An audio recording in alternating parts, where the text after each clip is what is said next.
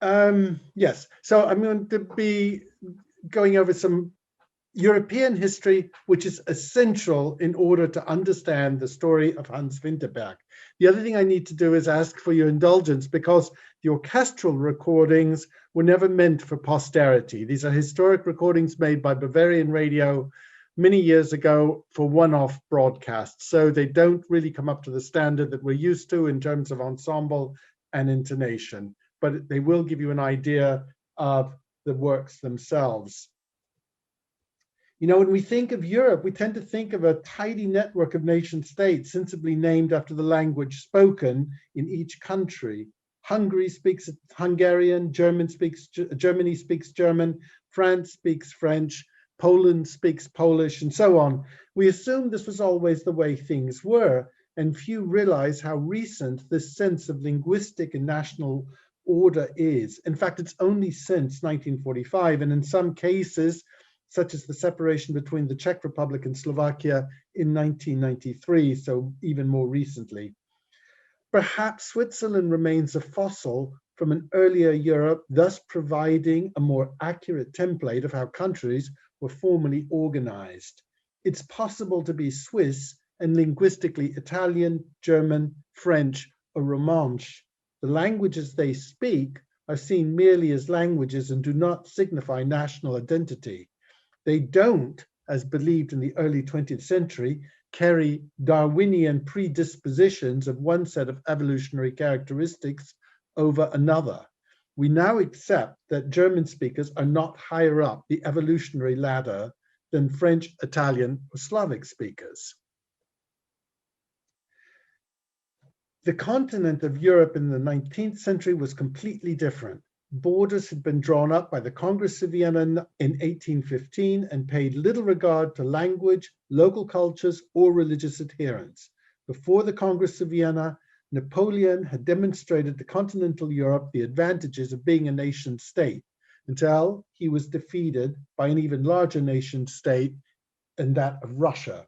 Squeezed between France in the west and Russia in the east was Austria, and a network of small, independent German mini-states, alongside some slightly larger states such as Prussia, Saxony, and Bavaria.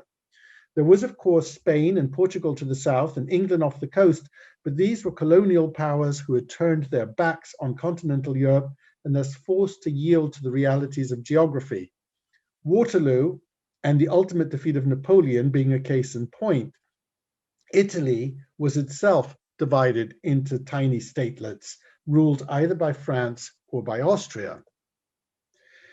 Over the course of the 19th century, it occurred to the rulers of the many independent German and quasi-German mini-states and statelets that they should be able to unite, that if they could unite into a single nation state, something they would call Germany, then it would be a counterbalance to the nation state of France and to Russia.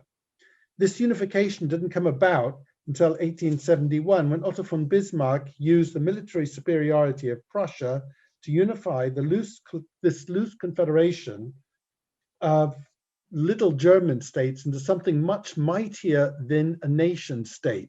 It was called a Reich, an empire, and the Prussian king was duly crowned emperor. A sense of German pride and invincibility was born. These were Darwinian days, and badly understood science was being bandied about to suggest that the very act of unification proved the superiority of what they called the German race. Now, this may be familiar history to you, but the act of unifying German-speaking Europe had a detrimental effect on the other great continental power of the time, namely Austria. Today, we think of Austria as a small Alpine Danubian republic with an astonishingly magnificent capital city called Vienna. Austria, however, in 1871 was not a German-speaking country. It was like a larger format of Switzerland, with the majority of Austrians speaking a Slavic language, Czech, Polish, Ruthenian, Serbo-Croatian, Slovakian, Ukrainian, along with the non-Slavic languages of Hungarian and Romanian.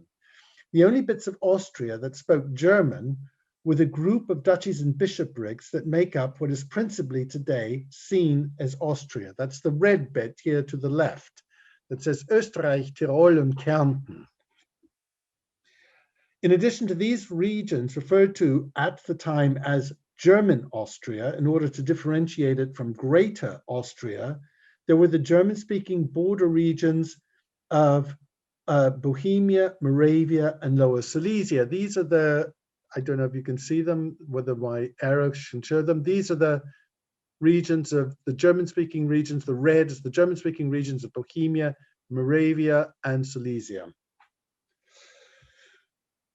The official language of administration and governance of Greater Austria was German, despite the fact that only a minority of Austrians had German as a first language. The empire was ruled by the House of Habsburg, an imperial family whose high point was in the 16th and 17th centuries, when as kings of Spain and emperors of the Holy Roman Empire, they ruled most of Central Europe along with the colonies of South and Latin America. Europe at the beginning of the 20th century was a mess, but it had the advantage of being headed by a limited number of ruling families. It was not sustainable, and with the defeat of Austria in the First World War, Greater Austria was split up into its constituent parts, which formed the basis of a number of independent nation states. The most important of these was Czechoslovakia, a largely artificial confection that consisted of folding together the mostly Czech-speaking regions of Bohemia and Moravia with the former Hungarian province of Slovakia.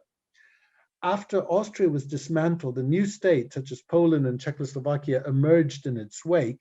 Only the southern German-speaking region of former Greater Austria was left, minus South Tyrol, which was handed over to Italy. This concoction of Greater Austria's leftover bits is today's Austria. These German-speaking regions felt unjustly treated since they were not allowed to become part of Germany. Such linguistic and cultural homogeneity had been the yardstick by which the Allies, the conquering powers in the First World War, had insisted that the new European republics be formed. So it seemed unfair to leave the German-speaking regions of what was once Greater Austria excluded. The same sense of being left out was felt by many of the German speakers in the regions bordering Germany and Bohemia, Moravia, and Silesia. What to do with Europe's German speakers who were not allowed to become part of Germany was a circle that would refuse to be squared. The Austrian Adolf Hitler becoming Chancellor of Germany may make slightly more sense in this historic context. Also entering this entanglement is Hanusch Winterberg, born as an Austrian citizen in Prague in 1901 to a Jewish family that had lived in Prague for over 300 years and produced more than its fair share of local rabbis. In fact, far from Czechoslovakia being the tidy country with a single language and religion following its formation in 1918, it inherited the mess left by the Habsburgs.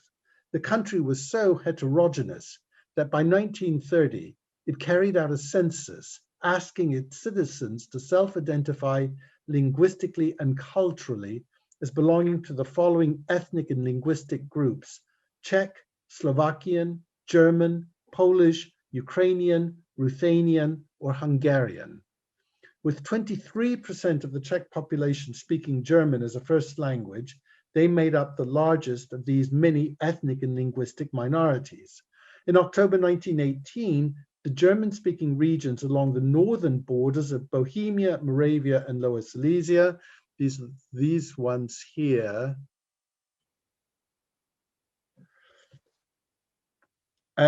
formed that these regions were located in the Sudetes mountain range, formed the political state which they called the Sudetenland. Despite not being anywhere near the Sudetes Mountains from 1918, the German speakers in the southern border regions between Austria, Germany, Bohemia, Moravia were colloquially also called Sudeten Germans. Not all German-speaking Czechs yearned to be German citizens. Like the Swiss, they saw German as a language, not as an identity. They were often passionately Czech nationalists, Friedrich Smetana, the national composer of Czechoslovakia, with his operas The Bartered Bride and Dalibor, and the tone poem Ma Vlast, including the Moldau, was a German-speaking Czech. We need to remember three important things from this historic mesh. First, registering yourself as a German speaker in the 1930 census would lead to deportation following the Potsdam Conference in August 1945 and the subsequent Beneš decrees. Dispossession and deportation of German Czechs was mandated regardless of how many centuries their families could be traced back to as native Bohemians and Moravians. The second thing worth remembering is that it was the local governor of the Czech province called Das Sudetenland, the Sudetenland, who was a Nazi sympathizer and whose political machinations resulted in the Munich Accord of 1938. The Munich Accord handed the specific province of the Sudetenland to Nazi Germany, but ultimately facilitated all of Bohemia and Moravia coming under Nazi control in 1939. The third thing to note is that nearly all Czech Jews spoke German as a first language, and the last thing they wanted was to have anything at all to do with Nazi Germany. With this background, let's now look at the specifics of the composer Hanusz Winterberg. He was born on the 23rd of March in 1901 to Rudolf and Olga. Rudolf and his brother-in-law owned and ran a highly successful textile factory. Hanusz studied piano with Teresa Wallerstein before entering Prague's German language music academy to study composition with Fidelio Finke and conducting with Alexander Zemlinsky. Following the fall of Czechoslovakia to the Nazis and presumably rendered unemployable due to the fact that he was Jewish, he joined the young and talented Gideon Klein in Prague's Czech-speaking music academy to study composition with the microtone composer and ultra-Czech nationalist Alois Hába. Before this, he had married the Roman Catholic German-speaking composer and former pianistic prodigy Maria Maschat in 1930. Despite her Catholicism, neither she nor Hanusz, whom she called Hans, were religious, though when their daughter Ruth was born in 1935, she was christened. Hans told his father to fill in the census form on his behalf for the entire family. This is significant. In 1930, Hans, was 29 years old, married with his own address and no longer lived with his parents. His father duly filled in the form, ticked the boxes that confirmed the members of the Winterberg family as culturally and linguistically Czech. They may have spoken German at home, but this was not how they self-identified. The more cynical might have pointed out that with public contracts handed to the family textile factory, it was more politically expedient to mark oneself as Czech, so the largely Czech-speaking government would carry on with their patronage. We don't know, but it is significant that the Winterberg family was registered as Czech and done so with the presumed consent of Hans Winterberg, who didn't wish to fill in the form himself. If this seems confusing, perhaps clarity can be offered by Max Brod, Franz Kafka's friend and biographer, who explained that Prague was 100% Czech, 100% German, and 100% Jewish. What he meant was every citizen in Prague was either physically a mixture of all of the above or had habits and cultural attributes that were unequivocally Czech, German and or Jewish.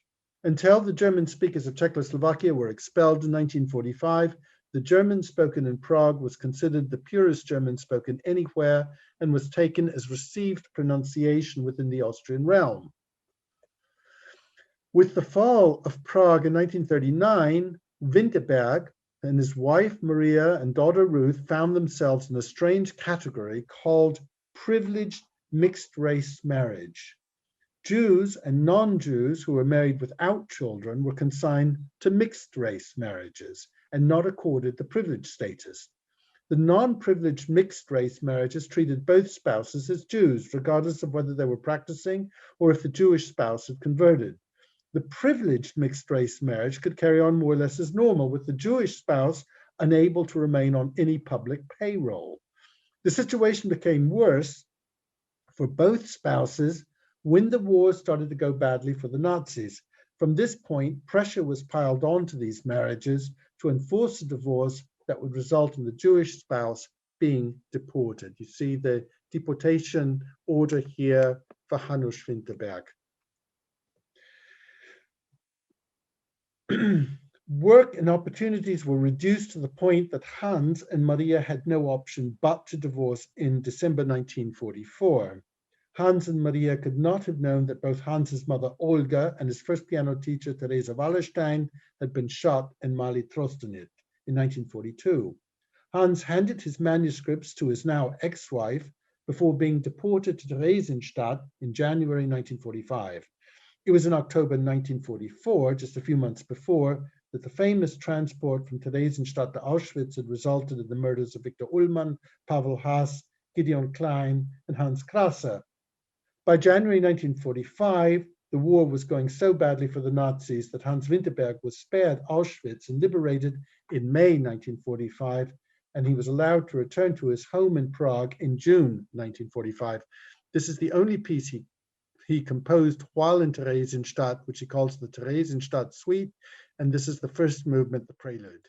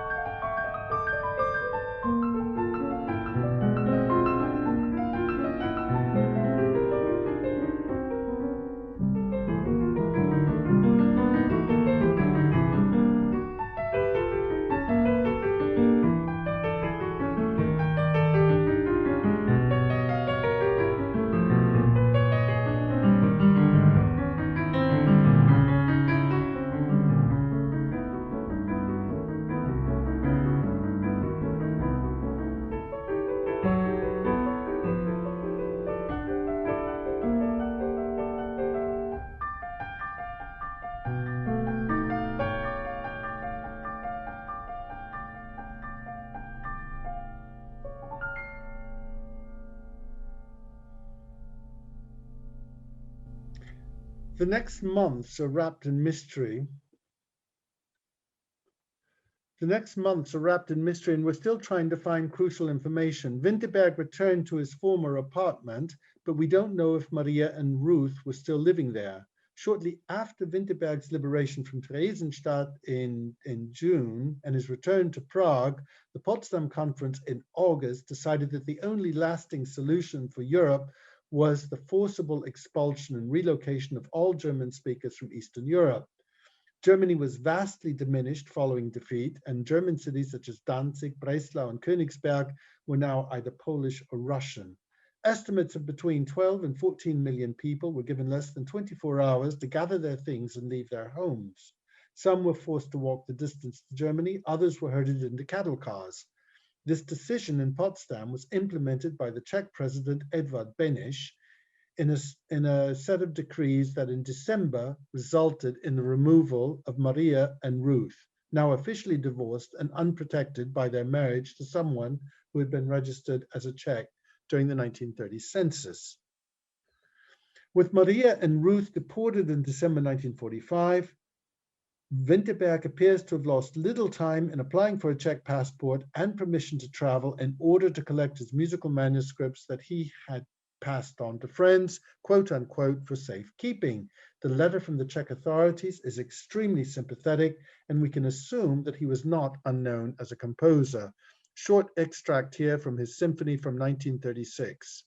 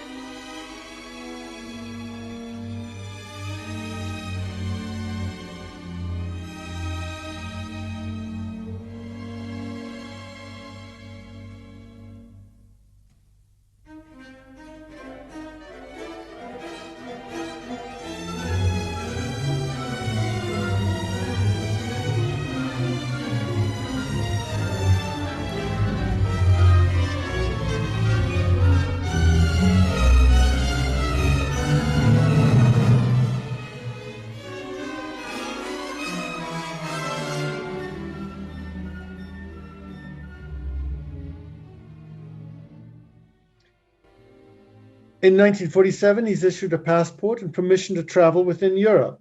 In fact, he headed straight to Ameland on the Ammersee Lake, where his ex-wife lived. The trauma of deportation had damaged Ruth badly, and she'd been placed in a special home. Maria found work as a repetiteur at the Bavarian radio. And again, we hit upon a few months without any discernible documentation. What we do know is that on the 25th of February 1948, there was a communist coup in Czechoslovakia, and it appears that from around this date, Hans Winterberg decided he would not return. Bear in mind that Prague was relatively undamaged during the war, whereas Munich was partially flattened. In addition, German-speaking Czech Jews who faced deportation under the Beneš decrees had no intention of being deported to Germany. For Czech Jews, Germany was still the enemy. Most preferred remaining in camps for displaced persons or even remaining in Theresienstadt until visas for America or Israel came through. For Winterberg, as a Czech Jew, to choose to go to Germany was unusual, but not irrational, given the fact that he had been forced to divorce his wife and she and the daughter had been deported to Germany. In 1948, following the communist coup in Czechoslovakia, Maria found Hans Winterberg work at Bavarian Radio, where he wrote up critiques of classical music broadcasts. She also found him a teaching position at Munich's Richard Strauss Conservatory. Bavaria was where most of the deported German Czechs had landed. The Bamberg Symphony was made up entirely of German-speaking Czechs. The Germans who'd been heavily defeated, lost their homes and jobs, resented the sudden influx of refugees, and referred to all of them as Sudeten Germans, regardless of whether they came from the Sudetenland or Prague or the border regions of Moravia and Bohemia. Sudeten German became the de facto portmanteau definition of all German-speaking Czechs who ended up in post-war Germany. And there were millions of them. The ambivalence was two-sided. In 1938, and out of all of the republics that sprang up after the First World War, Czechoslovakia was the sole remaining democracy. Many German-speaking Czechs feared a Nazi dictatorship and were proud of the democratic resilience of their young republic. It would be a mistake to assume all German-speaking Czechs were sympathetic to the Nazis. Indeed, according to G.E.R. Geddy, the journalist working for the New York Times and the London Times and based in Prague in 1938, most German-speaking Czechs were not sympathetic to the Nazis, with only the political leaders of the Sudetenland province being responsible for the Nazi incursion and the overwhelming of the rest of the country. We're going to listen to his second symphony from 1943. Obviously, it would never have been performed at the time. Listen carefully to this folk song nature, this character, the folk song nature of the second symphony's subject, because we're going to hear it again in a string quartet which he'd written a year previously.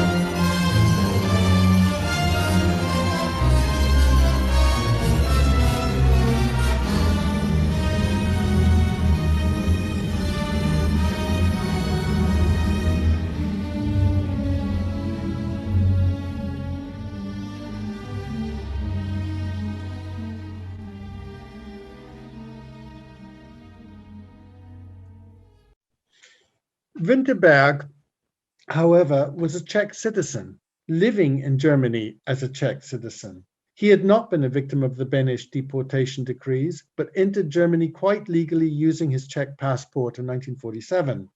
The communist coup in 1948 appears to have changed everything, though it couldn't change his nationality. The only way that could change was to fabricate a story that his arrival in Germany was due to deportation. This was not as easy as might be assumed. There were thousands of so-called Sudeten German musicians now living in and around Munich who knew Winterberg from Czechoslovakia.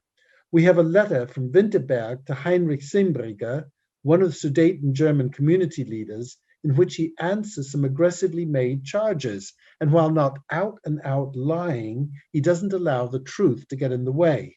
For example, when asked if he was principally German or Czech speaking, he answers with another question. Have you ever heard me speak Czech? An interdepartmental memo within the state of Bavaria, which is also featured on this slide, states that Winterberg announced his allegiance to Germany upon his liberation in May 1945, whereupon he was rearrested and placed back into Theresienstadt until he could be deported in 1947. This false information could only have come from Winterberg himself, an act of hoodwinking officialdom that ultimately worked. Eyebrows were clearly being raised, and there was a good deal of doubt surrounding Winterberg. The pressure would grow as he was subsequently taken up and championed as a composer by Munich's orchestras, soloists, chamber musicians, and Bavarian radio. They performed and recorded his symphonies, 3 of his 4 piano concertos, his ballets and pantomimes, which are in reality tone poems. Even much of his chamber music was performed and recorded. Of all the so-called Sudeten German composers, he was the one with the greatest quantifiable success, and it's not at all clear that this might have been welcomed by other Sudeten Germans. The folk song subject I mentioned before is here in this quartet composed in 1942, but set in a slightly different way.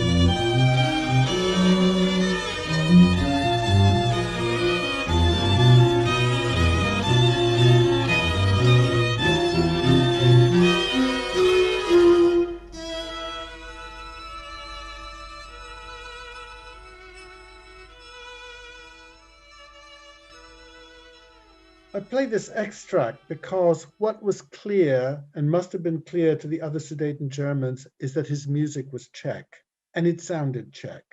There is no trace of Berlin's new objectivity or the Second Viennese school of 12-tone composition. Winterberg was the Czech answer to Bartók, an audible child of Leos Janáček, an obvious first cousin of Bohuslav Martinu, Pavel Haas, Erwin Schulhoff, and Hans Krase. It was tonal, often bitonal. It was polyrhythmic, intended to break up melodic lines while incorporating impressionistic characteristics consistent with other Czech composers of his generation. Interwar Prague had built cultural bridges to Paris rather than to Berlin and Vienna, and it was audible in the music. It wasn't Impressionism expressed in diffuse harmonies or whole tone sequences, but Czech Impressionism with references and sounds that were consistent with the landscape, often quoting folk tunes, even German language folk tunes that were unique to Bohemia and Moravia. When Winterberg and his 4th wife died within 2 weeks of each other, 1991, his legacy was considerable, with hours and hours of recordings held at the archive at Bavarian Radio. He had consistently been turned down by music publishers since he composed in a style that was incompatible with post-war Germany and Western Europe. One publisher dismissed him as old-fashioned, and the aforementioned Simbriger, Heinrich Simbriger, even refers to him as a late romantic. Winterberg kept marrying young students, only to divorce them shortly afterwards. His fourth marriage to Louise Maria was the longest and appears to have been the happiest. Louise Maria was from the province of the Sudetenland, and deportation had meant walking from northern Czechoslovakia while heavily pregnant with the child of an SS man. By the time she and Winterberg were married, her son Christoph had grown up, moved out, and was a student in Munich.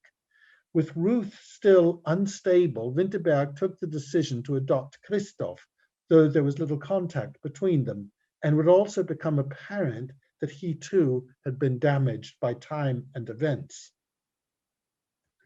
With the death of Winterberg, the estate passed to the adopted Christoph Winterberg, who was a hoarder, without relationships, internet, mobile phone, or contact with the outside world. He sat on the boxes of musical scores without any sense of knowing what to do with them until 2002. For the sum of 6,000 Deutschmarks, or about $3,000, he sold everything to the Sudeten German Music Institute in Regensburg, a publicly funded cultural institution supported by the Bavarian government. They promptly embargoed all future performances and broadcasts of Winterberg until 2031. Indeed, the SMI, which is the Sudeten German Music Institute, refused even to admit owning the musical estate until 2031. The other point in the contract was the imperative to suppress in perpetuity the fact that Winterberg was a Jew.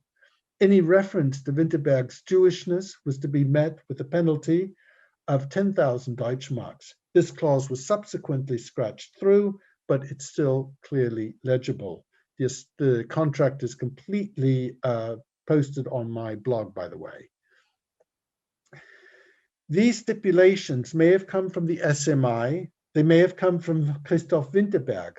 We can surmise from a tape of a private conversation between Louise Maria and Winterberg himself that Winterberg, being a Jew, was not something that bothered Louise Maria. Excuse me while I try and get these pages separated. She admits to avoiding people they knew had made anti-Semitic remarks. In any case, it invites speculation as to how it might have suited the SMI to shut down Winterberg for the next 3 decades.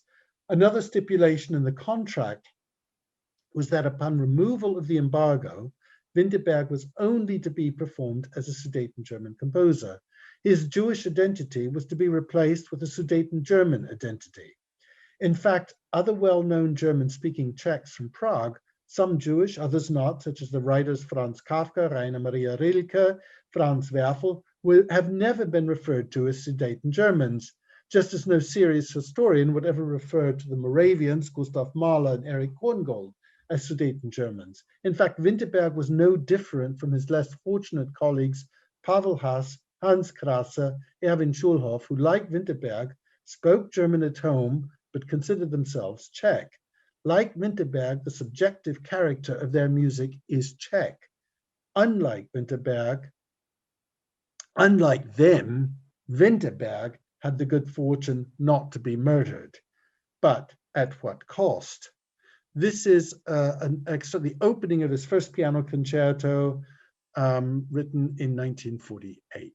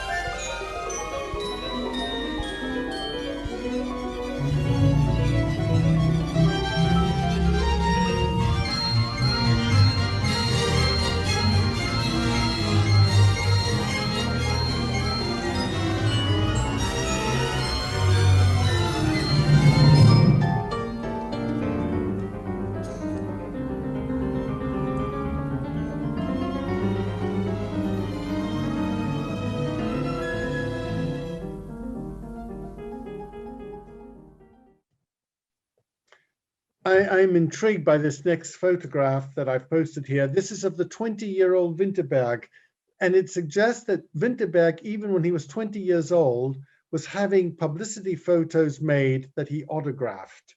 So it suggests that Winterberg was already a known quantity at the age of 20. Otherwise, why would he have had these publicity photographs made that he would have had autographed? In any case, let's talk about the music of Winterberg. Simbricker dismissed him as a late romantic, and it's hard to know what he meant by that. It's not a description one would apply to Martinu or Pavel Haas. Perhaps the thing about Winterberg that made him appear conservative, apart from the fact that he composed tonally or bitonally or didn't leave tonality altogether, is the fact that in the face of Germany's highly complex avant-garde was also his grasp of structure. And I've taken his quartet from 1957 because this is a work that lasts 28 minutes, and I must say it's some of the shortest 28 minutes musically I have ever sat through. We'll play the first minute and the last minute. This is the first minute.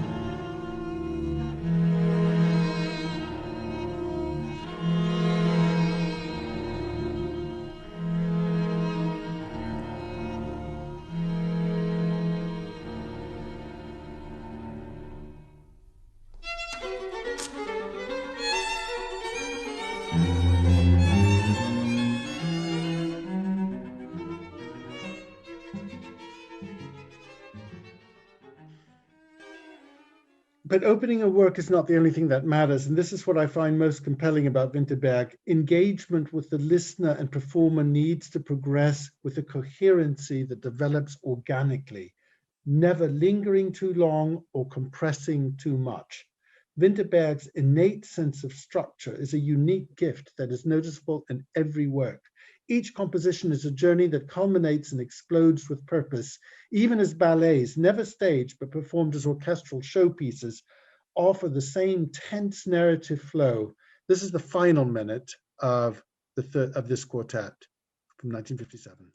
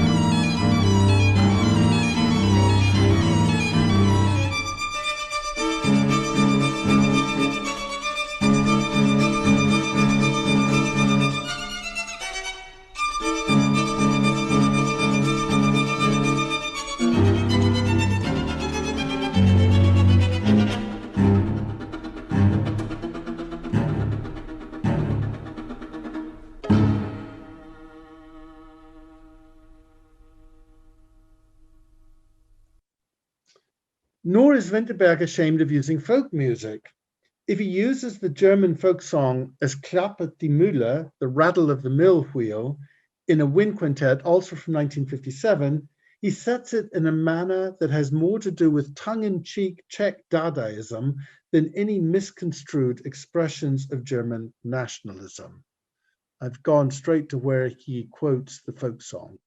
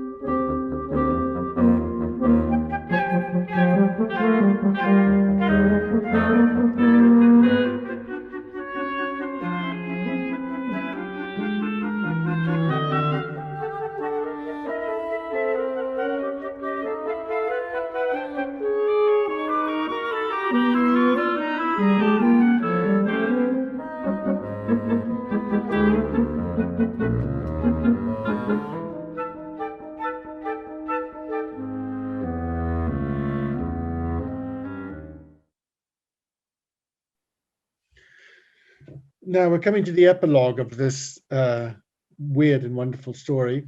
In 2015, the lawyer Randall Schoenberg, known for his restitution of the Bloch-Bauer Klimt paintings to Maria Altmann, and himself the grandson of two Austrian composers, Arnold Schoenberg and Erich Zeisel, sent me a copy of the SMI contract with only one sentence in the reference line. It said, "Something for your blog?" ? I contacted Randy and we spoke as he filled me in on the situation. Ruth, the mentally damaged daughter of Hans and Maria Winterberg, had married and had a son named Peter in 1955. She abandoned both husband and infant boy 4 months later. Peter grew up, took on his father's profession as goldsmith, and set himself up in Murnau, high in the Bavarian Alps. When his own marriage fell apart, he decided he needed to trace his long-lost biological mother. Ruth had no wish to meet him and died shortly after Peter finally made contact. At the SMI, he ran into the brick wall of their contract and discovered the existence of Christoph Winterberg, his adopted uncle. As the grandson of Hans Winterberg, Peter had rights that extended beyond those of Christoph. When I published the Winterberg story on my blog, along with a copy of the contract, local German journalists picked it up, and Christoph Winterberg, the adopted son, admitted he had no interest in the estate, only wanted it out of the house, and happily signed over all rights and entitlement to Peter. He died a couple of years later, and the relationship between nephew and adopted uncle was not unfriendly.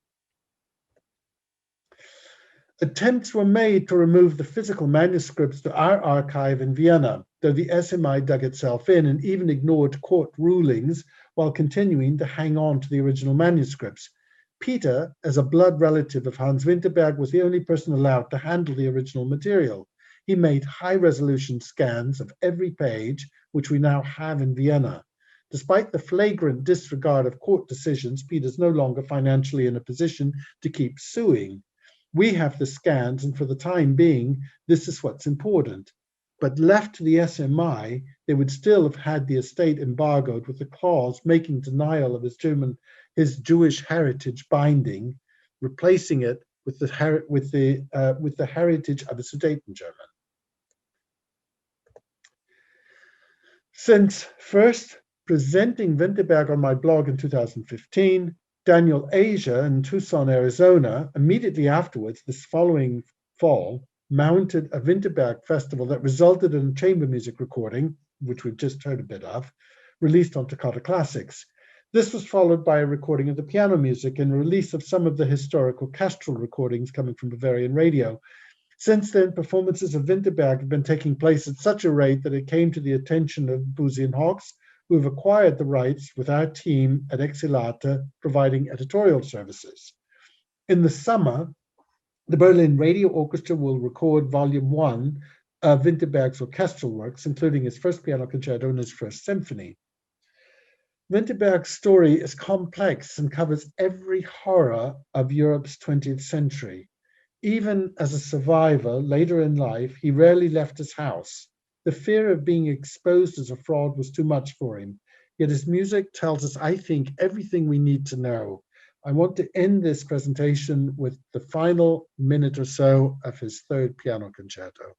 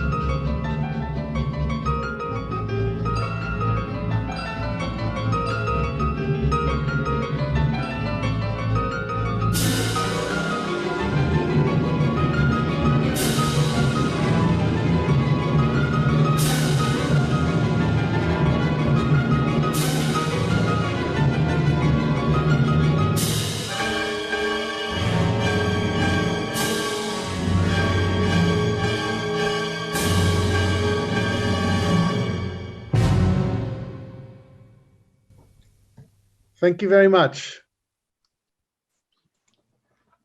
Bravo. Super, Michael. Danke. Thank you, Michael. Thank you. If I may say a few words, we have time for a little bit of Q&A. If you have a question or comment or response, please notify me through chat directly, because there's a lot of people in the gallery. I'm not sure I can see everybody all at once. So if you just give me a signal, and we can recognize people in order and go through the chat that way. Professor Saracen, I see you have a question, please. So first of all, I'm delighted to see Peter Kreitmeyer on the call. So I'm wondering, in terms of if you will, the legal status of the music at the moment. Obviously, recordings are being made from the copies that you have at your institute. I'm assuming that the manuscripts still remain at SMI. That's correct. Yes. Yes. And they remain under embargo? No, the embargo was lifted. Oh, good. All right. The embargo was lifted once the contract was made public, and German journalists had a chance to. This is a contract signed in 2002, for goodness sake, saying that this man should never be revealed that this man was a Jew, and he should only be performed as a Sudeten German. And I think it was such a fundamental embarrassment, not just to the SMI, but also to Christoph Winterberg, that the embargo was lifted, but also the presence of the, until then, really nobody knew that Peter Kreitmeyer existed, and that he was the blood relative of Hans Winterberg. And Boosey and Hawkes has now published some of this material? We're actually, the contract is now with the lawyers. We're doing the editorial preparation for Boosey and Hawkes, so that people are not playing from manuscripts, but will be playing from set music, musical notation, and they are proceeding in good faith with this first recording in a series of recordings to take place in Berlin this summer. Very nice. So the recordings that have been made recently that you showed us were actually made from manuscripts or copies of manuscripts? Well, actually, I have to say the oboist in Tucson, Arizona, set the two wind quintets. Well, there's the wind quintet, the little bit that I just played for you. There's also a quintet with harpsichord, which is a very strange and extraordinarily bizarre sort of Dadaistic piece. She set that. The other things were all played from manuscripts, from photocopies of manuscripts. Now it's noteworthy, again, the survival of attitudes from the Second World War period. I mean, clearly all the way into 2002. As I said, this is a story that takes us beyond 1945. Absolutely. Which is, and I think that's what surprises most people when they're confronted with the music. But it's not just also the business of being even persecuted after 1945 as a Jew. It is the fact that the music itself was persecuted, embargoed.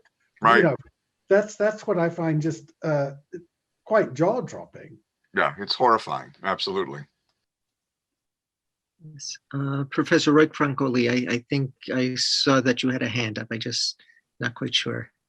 Hello, thank you. First of all, I have to say you've done really amazing work with your research and your advocacy, and thank you very much for a very informative and illuminating lecture. Just one comment. A lot of the music that you have played, I don't label it tonal at all, as much as you have insisted, or other historians insisted, that his music was conservative and tonal. Some of the pieces are, but a lot of them, I don't remember all of them. But for instance, the woodwind quintet, certainly the 12-tone piece that you played at the beginning, the first symphony that you played, I don't remember those as sounding particularly tonal. And the other thing, just to clarify it, I may have missed something, but so the embargo was explicitly because of his being Jewish, because I still don't understand why the embargo to his actual music and his materials. If you could clarify that. Well, this is an open discussion because it depends on who you speak with. Because of course, this SMI would deny that they embargoed his music because he was Jewish. They would then put the blame on the now late Christoph Winterberg. Christoph Winterberg makes some rather lame excuses that he was afraid of anti-Semitism in what were then the still new Bundesländer, the new acquired East German states. But I think this is a rather feeble excuse. I think, my view, and it's based on a certain innate paranoia in myself, is that Winterberg was just too successful, was clearly not a Sudeten German, clearly did not belong to the community, and was clearly needed to be locked away until they could unlock him and present him as one of them. They wanted to have him as one of them, and he was clearly not one of them. And the only way to sort this was to lock away his music for, I mean, if you include the period from his death until Christoph's selling the estate to the Sudeten German Music Institute, you're talking about 40 years of a 70-year posterity in which the music could actually earn copyright returns.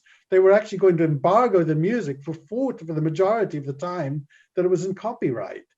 So, it seems to me a fairly ruthless decision that they took under the circumstances. Yeah, talk of censorship. This is as brutal as I can. It is. I mean, I have no proof that they just said, no, Winterberg's a Czech. He's not a Sudeten German, but we'll fix that. We'll stop calling him a Jew and we'll lock away the music. And then when we release the music in 2031, we'll release it with great fanfare and say, this is our great Sudeten German composer. And I hope that everyone will have forgotten by then. But then you came into the picture. Exactly. Well, Peter Kreitmeyer came into the picture, the unexpected, unwanted, I should say, grandson, who then was enormously proactive in getting things to move. I mean, we would not be where we are today without Peter Kreitmeyer moving heaven and earth and having to sue as well. Thank you. Okay, thank you. We have a question from one of our grad students in the PhD program in music theory. Anne Delphin, please. Hi, Dr. Haas. Thank you so much for speaking with us today. It was a really interesting presentation, and I can't wait to read your book over the summer. Earlier in your presentation, you mentioned that one of the examples you played was in a 12-tone style, but it wasn't akin to the Second Viennese School. And I'm wondering if you have more comments that you can share on that. Well, I have the good fortune of working with Gerald Gruber, who's a Schoenberg specialist. And I said, what is 12-tone about this work? I've been sitting here gazing at the works. And first of all, any serialism in here, I only see 11 tones for one thing. And the whole, and he looked at it and he said, this is almost Dadaistic. It's almost flippant. It's almost like an answer to the Second Viennese School as parody, where he's taken, rather than serialism, in other words, taking the strict 12-tone sequence, he's simply taken the 12 tones that we have and turned each tone chromatically, making sure that they're all used. That's the only thing that we could really come up with, because there's nothing remotely 12-tone in terms of either the serialism of Alois Haber or of Matthias Alois Hauer or Schoenberg about them. So, a Czech characteristic was a lot of Czech composers had tongue-in-cheek. They were tongue-in-cheek. And I think that this is, in a way, a tongue-in-cheek spin on the Second Viennese School. And as I don't have the date of the work, but I see that most of his piano works are from the late 20s and early 30s. So that's where I'm assuming this is coming from as well. Thank you. Pleasure. Okay, thank you, Anne. Other questions or comments? Well, while everyone's thinking, let me just take a moment to perhaps ask this. And I guess there are two aspects to this question. One is you described the Czech identity as being an alternative and maybe a turn away from German identity, a kind of anti-German identity. So I'm wondering what the way in which Vinterberg was nurtured in Czech culture. And then I guess maybe a more difficult question is how do we understand the Jewish identity in this picture beyond just a label? Well, I don't think he was religious, despite No, not in a religious sense. Despite, I mean, and unusually, there are no liturgical works either, and of course, I think he was probably very sensitive to the moving to Germany in 1948. He must have been aware that absolutely everybody he was meeting had been caught up in this insane anti-Semitism of the Nazi era. So keeping his Judaism probably, under wraps came naturally to him. But I don't think he disguised it at all. And referring back to this taped conversation between his fourth wife and himself, he doesn't actually say very much, but she mentions that they don't want to go visit certain friends because they make anti-Semitic comments. So clearly it was not an issue for them. But the Czech culture, I think the Czech culture was everywhere in Prague at that point. We have to remember that the Czech nationalist composers, whether it was Smetana or whether it was Dvořák, were still composing in a very German, taking the German template. And it wasn't until Janacek came that all of a sudden we have a completely different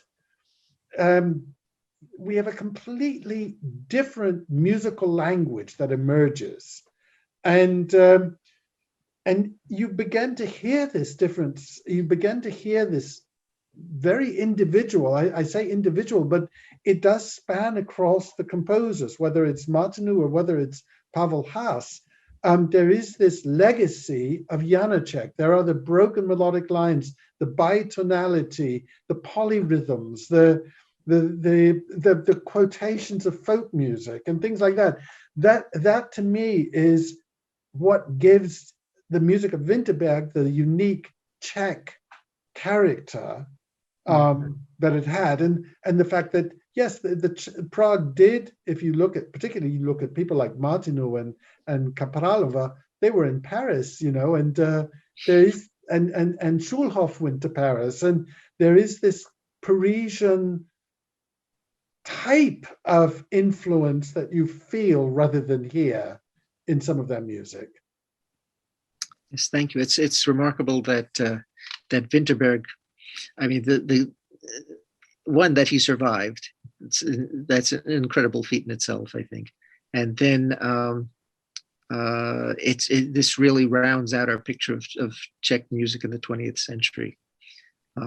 Professor, I think it does, because he's the only one who survived except for Martinu. He and Martinu are the only survivors. And all of a sudden, when you go back and you listen to Krasa and Pavel Haas, and you suddenly realize there was an identity, there was a musical capital in Europe that was not Vienna and Berlin, and it wasn't even Parisian, even though the influence was arguably more Parisian than it was Viennese and Berlin. But yes, thank you. Let me call on Dr. Joe and Professor Doctor afterwards. Jung-won, please. This is Jung-won Jo. You can call me JJ. I'm associate professor of musicology. First of all, thank you so much for your stimulating lecture, and it's really an honor for us to have you here at CCM for as a part of thinking about music lecture series. By the way, I am Stephen's collaborator as Okay. the musicology part. So I'd like to share some interesting information in South Korea after World War II. I'm originally from South Korea. And the musical censorships in South Korea after World War II, it's very interesting. It's politically and ideologically related musical censorships because Korea, the entire peninsula, was occupied by Japan for 36 years. And after World War II ended in 1945, we became liberated. So we have a long history of Japanese occupation for 36 years. And because of the fact that Germany was Japan's political ally during World War II, some German music, not all German composers were banned, but like Wagner.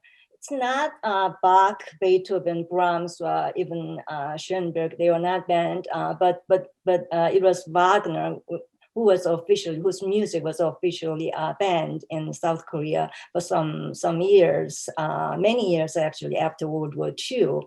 And I think that there are not many studies, I think, to the best of my knowledge, about this musical censorship after World War II. But I think that Wagner is because he is very outspoken anti-Semitism, which was very well known to South Korean people, but not other German composers, Bach, Brahms, Beethoven, of course not.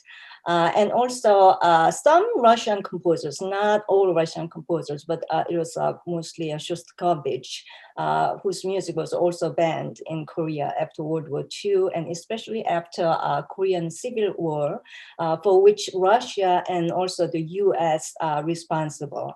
What I mean by responsible is responsible for the division of the peninsula into North and South Korea, which has been still going on. So yeah, I just want to share that very historical and ideologically and politically motivated musical censorship, very interesting case in South Korea. Thank you. It's interesting. I had no idea about the banning of Wagner in South Korea, but he was in many ways the father of modern anti-Semitism. He was one of the first to write of Jews as a race, not as a religion. And that obviously changed so much of, well, it influenced so much of the thinking of the later Nazi Party. But the idea that Jews were a race was also current in England and France and all of these places, that they weren't really one of us, that they were some sort of distant. I mean, back at this, we're talking about a time when also, they were talking about the Latin race or the Slavic race.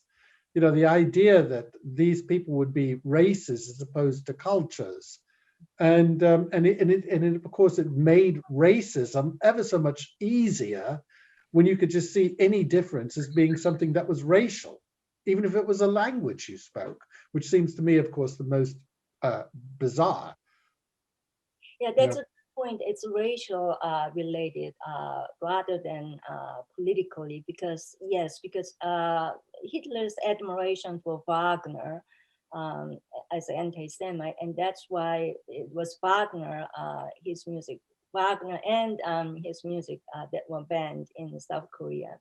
And also during the education, when I was back in South Korea still, very much South Korean people were identified with Jewish people culturally and everything else. So Jewish culture was a kind of a role model for South Korean people for many, many years. I think it's still going on. Well, yes, in South Korea. Well, it's interesting. Thank you very much. Jenny Doctor, please, from the head of our libraries and Okay. musicology faculty. Jenny, are you there? Hello. Oh, there she is. Hi, thank you so much. I have two things I wanted to mention. One was I've done a lot of work on Elizabeth McConkie, who is Right. a British. Scottish.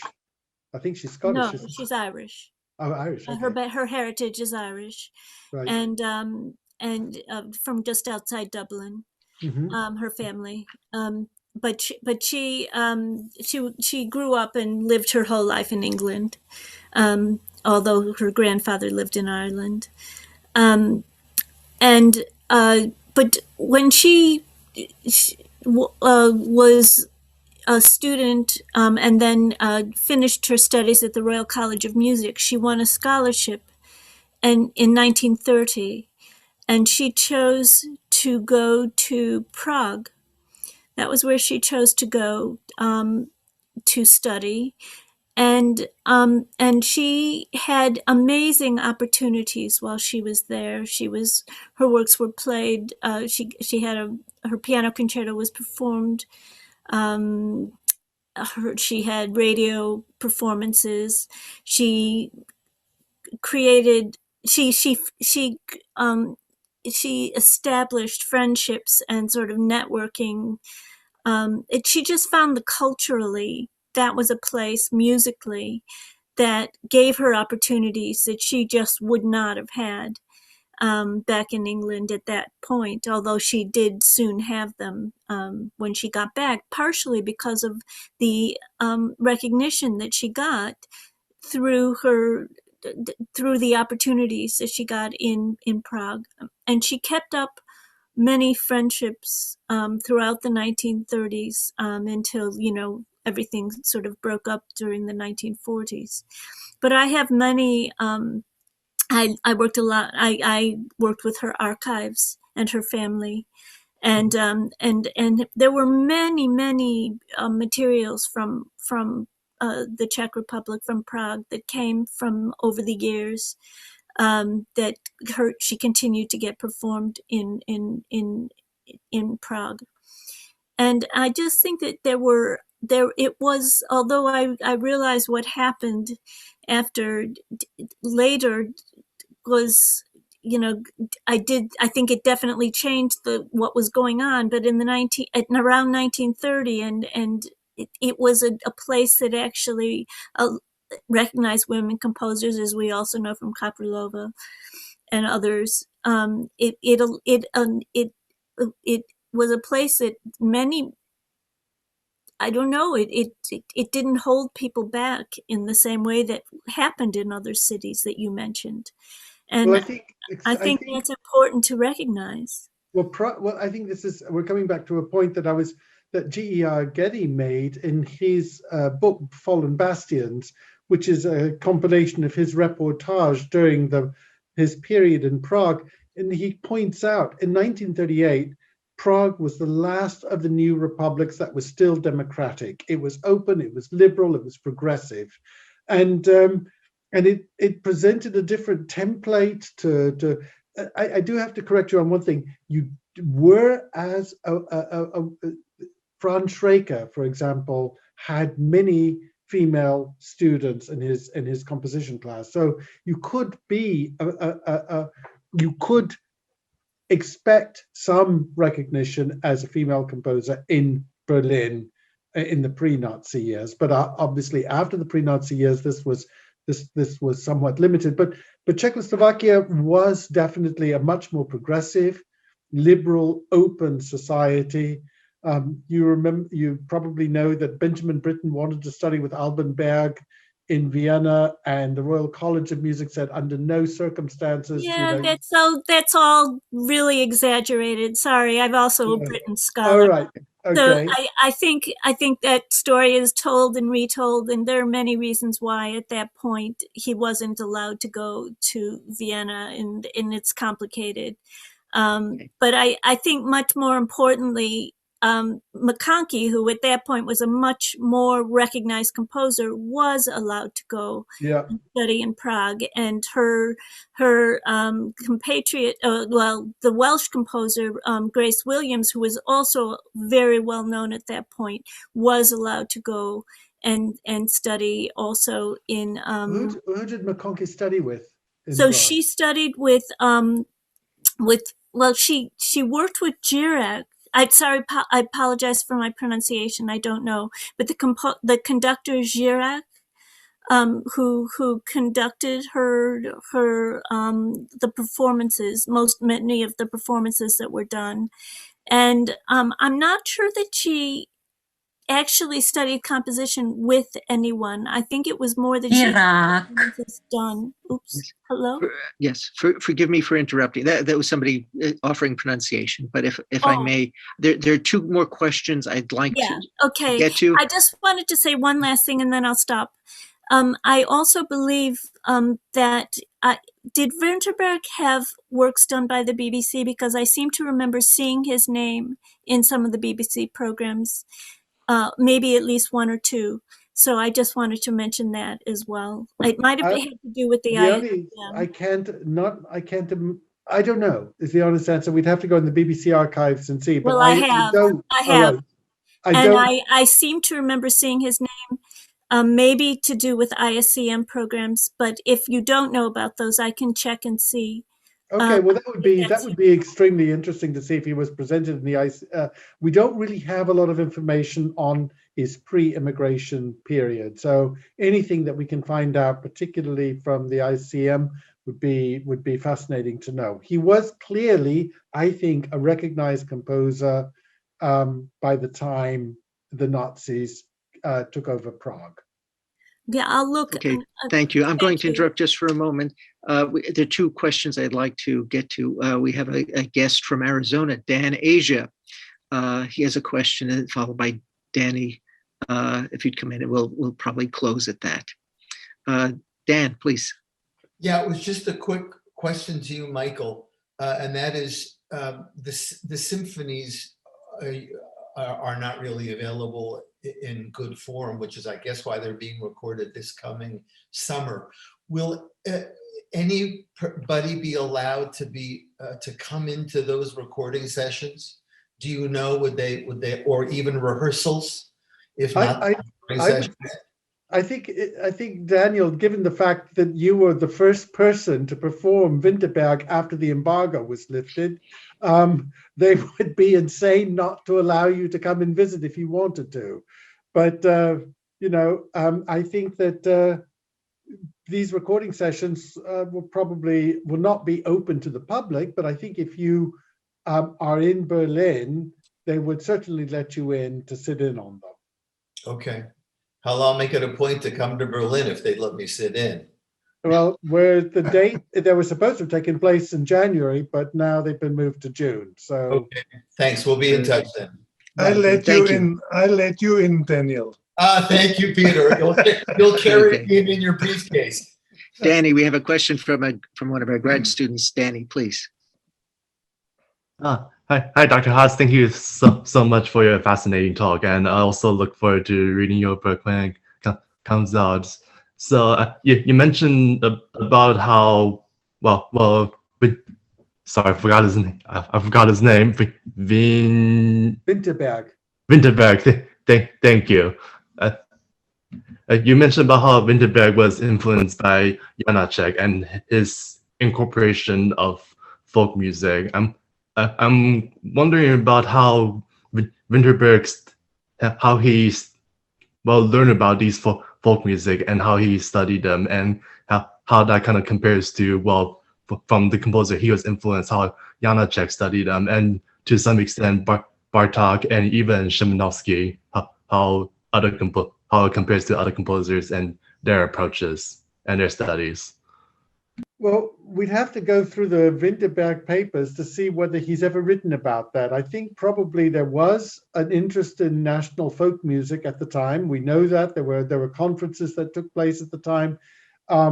What's interesting and what is consistent with, say, Bartók and Winterberg is that they take folk music and they don't just transcribe it in the way that, say, Vaughan Williams would, or other English pastoral composers would take British folk music and then just sort of lop it into a piece of music as such. As you heard from the Es klappert die Mühle, the German folk song, it was treated in a way that was almost it was sort of embedded. It was embedded rather than being overt. Although in the Second Symphony, I don't know if that was a folk song. It was a folk song like character that he took. Also in the Second Piano Concerto, it's a set of piano variations, and the theme is also conceivably something that is a folk song. So I think he was absolutely open to the influence of folk music, but he wasn't going to just create it as a kind of nationalist flag waving moment. I think he took it and he made it his own.